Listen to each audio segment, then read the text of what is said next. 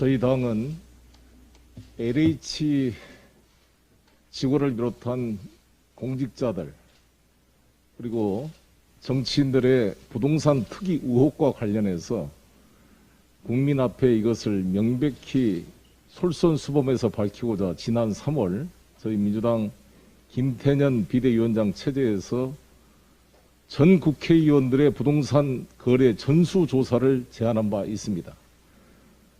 하급 공직자를 비롯한 공공기관의 부동산 투기를 감시하고 철저한 조사를 촉구하는 국회의원 스스로의 모범을 보여야 된다는 필요성 때문이었습니다.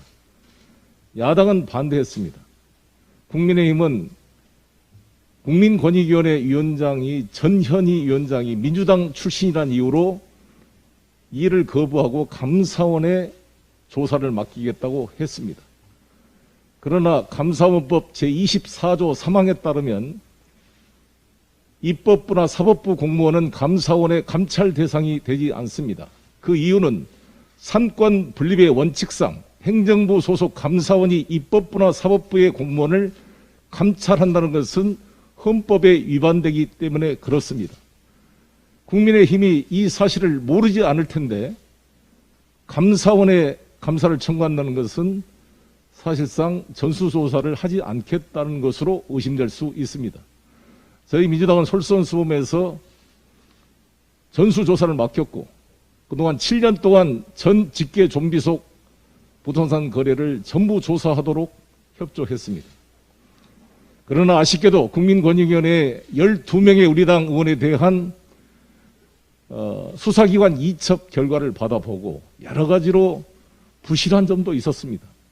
저희들이 스스로 소명을 받아 이것을 정리하고 싶은 생각도 있었지만 국민들께서 이 정치권에 대한 불신이 크기 때문에 우리는 스스로 결단을 내렸습니다.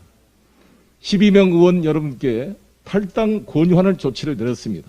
이것은 우리가 이 12명 의원에 대해서 문제가 있다고 혐의가 있다고 해서 징계 결정을 한 것이 아닙니다. 국민권익위원회가 조사권, 수사권이 없다 보니까 자신들이 의혹을 해명하는 데 한계가 있어서 수사기관에 이첩시킨 것입니다. 즉 국민권익위원회도 나타난 자료로 확실하게 우리 12명 의원님들에 대해서 범죄 혐의가 있다 그래서 고발 조치한 게 아닙니다.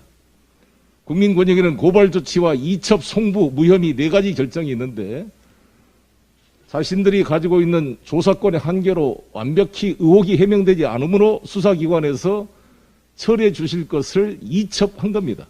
그래서 저희들은 우리 당 의원들께서 수사본부 특수본에 가서 확실하게 해명 소명자를 제출해서 깨끗하게 무혐의 처분을 받고 돌아와 주실 것을 부탁을 드렸습니다. 이것은 우리 국민들이 우리 민주당이 지금까지 보였던 내로남불과 부동산 문제에 대한 불신을 해소하기 위한 불가피한 조치였다는 말씀을 드리겠습니다. 우리 스스로가 집권당 예필을 벗고 국민과 동일한 입장에서 수사기관에 가서 자신의 소명자를 제출해서 의혹을 해명하고 돌아와 주실 것을 바랍니다. 저희 당은 당규상 당의 요청으로 탈당해서 복당하는 경우는 어떠한 불이익도 없이 불이익이 되지 않는다는 점을 다시 한번 말씀드리겠습니다. 이 과정을 통해 국민들께서 이 해명과 소명의 과정을 대해서 이해하고 신뢰해 주실 것이라고 생각을 합니다. 다시 한번 마음 아픈 일들이 많지만 우리 민주당이 새롭게 변화하기 위한 고육지책의 결단이었다는 말씀을 드리겠습니다. 동시에 더불어서 국민의힘 의원님들께서 지난번 세종시 특별공급 물량 관련돼서 관세청이었던 게 그때 관세평가원, 관평원 직원들의 문제에서 국정조사까지 요청하시기도 했습니다.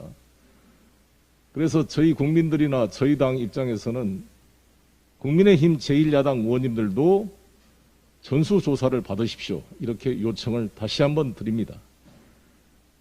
감사법상 불가능한 것을 가지고 말씀하지 마시고 국민권익위원회 요청하십시오. 전현희 의원님은 이번에도 위원장은 야당의 지적 때문에도 그렇고 본인 스스로가 회피 신청을 해서 이번 조사 과정에 전혀 관여하지 못했습니다. 야당에서 추천한 조사위원들이 포함된 조사단이 철저하게 조사를 해서 이 명단을 저에게 통보했다는 말씀을 드리겠습니다.